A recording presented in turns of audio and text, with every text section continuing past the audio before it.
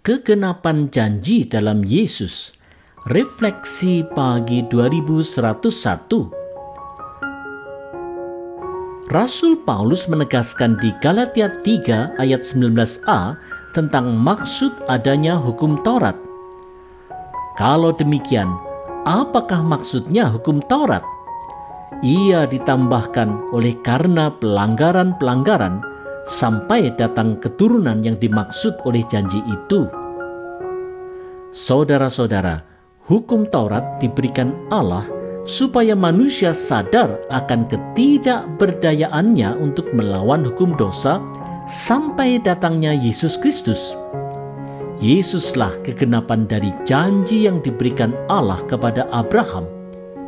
Perjanjian Lama yang didasarkan atas ketaatan pada hukum Taurat dikenapi dalam Perjanjian Baru yang didasarkan atas anugerah dalam iman pada Yesus Kristus. Yesuslah jalan bagi manusia supaya terlepas dari ketentuan melakukan hukum Taurat. Saudara-saudara, kalau kebenaran hukum Taurat didasarkan pada ketaatan dalam melakukannya, maka kebenaran dalam Yesus Kristus didasarkan hanya pada iman percaya pada janji Allah, seperti yang diteladankan Abram di Kejadian 15 ayat 6. Lalu percayalah Abram kepada Tuhan, maka Tuhan memperhitungkan hal itu kepadanya sebagai kebenaran. Kita dibenarkan di hadapan Allah bukan karena kita banyak berbuat baik dan melakukan dengan setia berbagai ketentuan hukum Taurat ataupun tradisi Kristen. Hanya karena iman dalam Yesus Kristus sajalah kita sebagai orang percaya mendapatkan pembenaran Allah.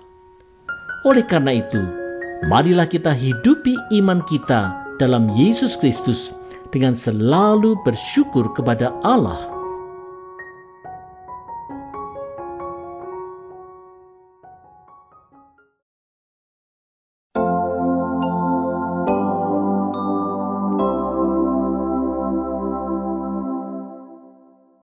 Kebenaran karena iman. Refleksi pagi 2102. Apa yang membedakan antara perjanjian Allah melalui Musa dengan perjanjian Allah dengan Abraham?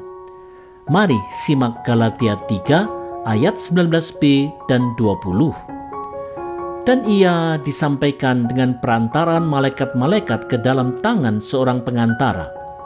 Seorang pengantara bukan hanya mewakili satu orang saja, sedangkan Allah adalah satu.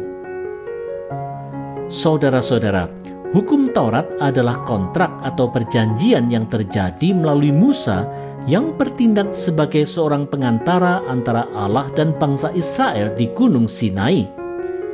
Perjanjian ini terjadi dengan ketentuan Allah yang dinyatakan di Imamat 18 ayat 5.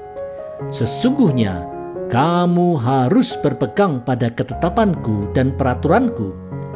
Orang yang melakukannya akan hidup karenanya.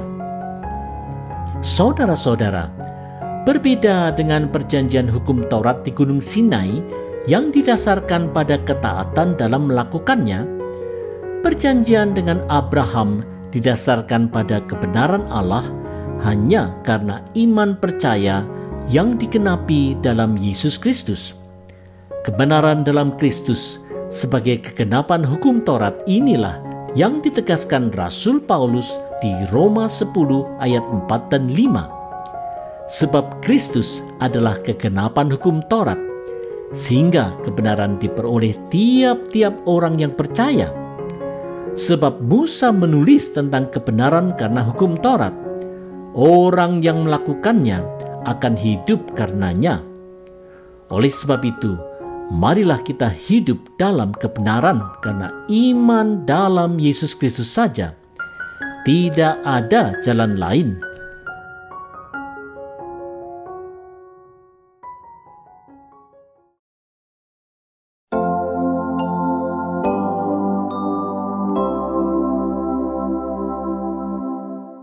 Hidup dalam anugerah Kristus. Refleksi pagi 2103. Apa penegasan yang diberikan Rasul Paulus tentang peran hukum Taurat dibandingkan dengan janji Allah yang diberikan kepada Abraham? Galatia 3 ayat 21 menjelaskannya.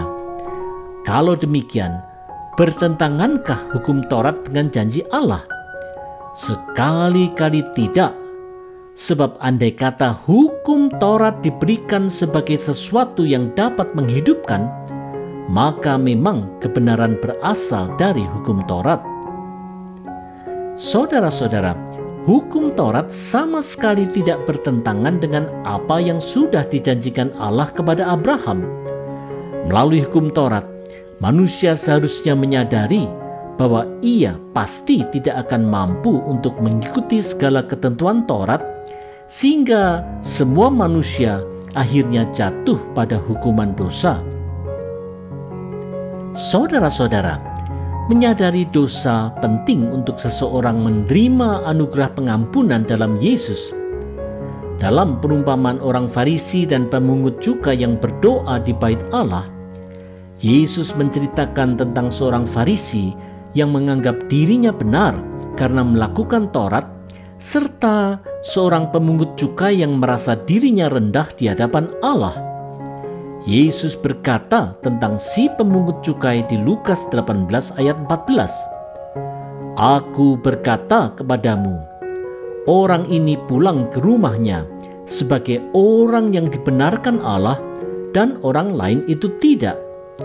Sebab barang siapa meninggikan diri, ia akan direndahkan, dan barang siapa merendahkan diri, ia akan ditinggikan. Marilah kita hidup dalam anugerah Kristus,